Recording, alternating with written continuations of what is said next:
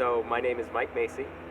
I am a former high school marine science teacher. I left teaching about 3 years ago, and now I'm co-owner and founder of a company that looks to build markets for the invasive European green crab.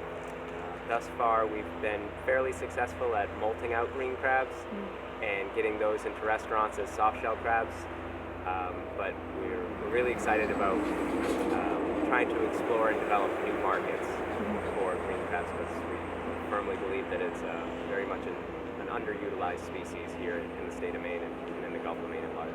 We just bait up traps. They're similar to a lobster trap, just with smaller mesh. And so you bait them up very lightly, 1 or 2 pieces of mackerel or herring or a pogie, and you can catch upwards of 35, sometimes even 40 pounds per trap when you move into a new area and you're using appropriate bait. So that's really easy. We would just catch them. We've got 30 traps. We can get up to 1,000 pounds in a couple of hours. Okay, so when you're fishing them for soft shells, that is extremely seasonal.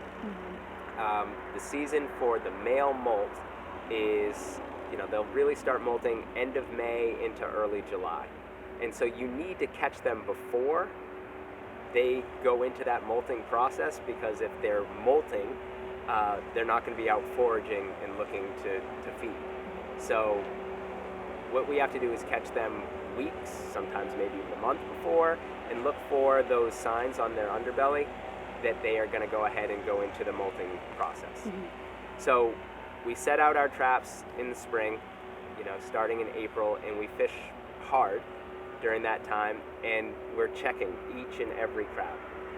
And it is labor intensive. It takes a little bit of training of your eye, but it's not as hard as I believe in it. So we're checking every single crab, and those crabs that are pre-molt crabs we put into bulk storage. We put those into lobster crates, and we can hang them off a dock, or we put them over you can put them off of an oyster farm, which I think is a great application for that. And then you wait until the water temp gets up and around 60 degrees, and that's when that molting process will start for the green crabs. And then we sort through them again. And now, instead of just looking at the underbelly, what we do is we look at the sides of the carapace, where they will actually physically separate the top and the bottom of their shell. And if you see a crack there, then you take that crab and you set it into what we call our crab condos, which are these tubes of drainage pipe that are set into trays that we've engineered.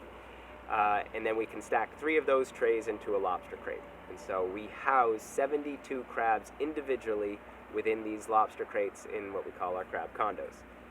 Then you have to check those twice a day, because if the crab molts, its shell will begin hardening if it's left in the water, and within, if you left it in there for 12 hours, then it's going to get hard to the point where it's not really, it's not as desirable a product as a soft shell. It would get a little bit too chewy.